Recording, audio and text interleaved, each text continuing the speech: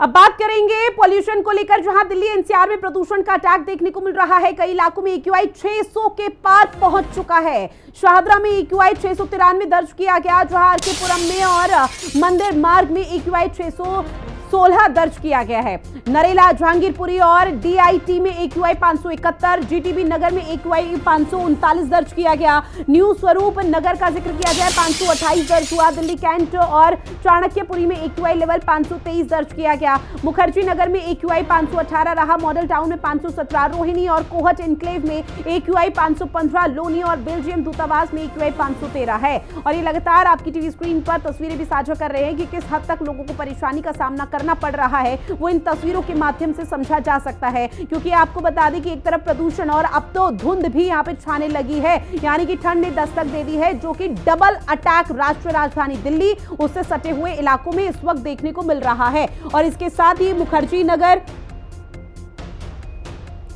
से सटे हुए कई ऐसे इलाके हैं जहां पर फिलहाल जो स्थिति है वो मुकम्मल नजर नहीं आ रही है। हालांकि तमाम बातों का जिक्र किया जा रहा है, कहा यह जा रहा है कि जल्दी उन व्यवस्थाओं को सुनिश्चित किया जाएगा।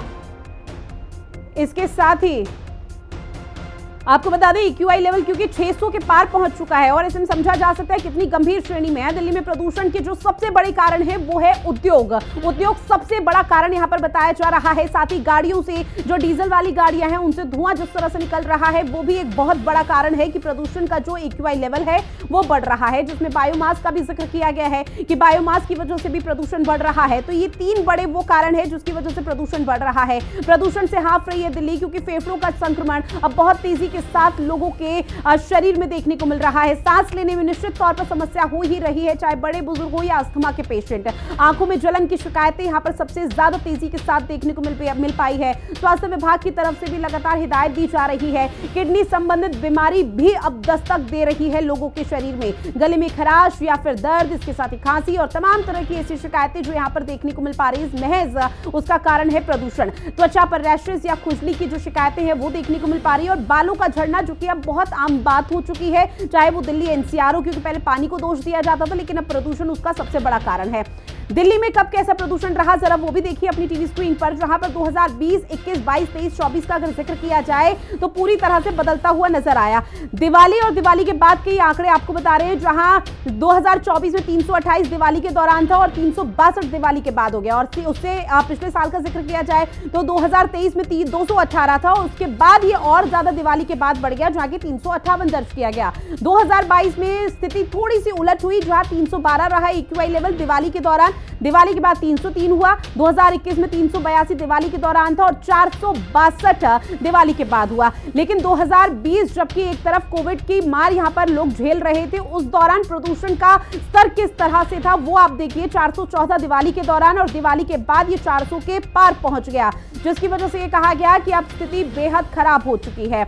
एक्यूआई लेवल कब कब ज्यादा खराब रह जाता है वो भी जरा आप समझिए। जहां 0 से अगर 50 है तो अच्छा है, 51 से अगर 100 है तो संतोषजनक है, 101 से अगर 200 एक्यूआई लेवल है तो वो मध्यम माना जाता है, और 201 से अगर 300 है तो वो खराब श्रेणी में दर्ज किया जाता है।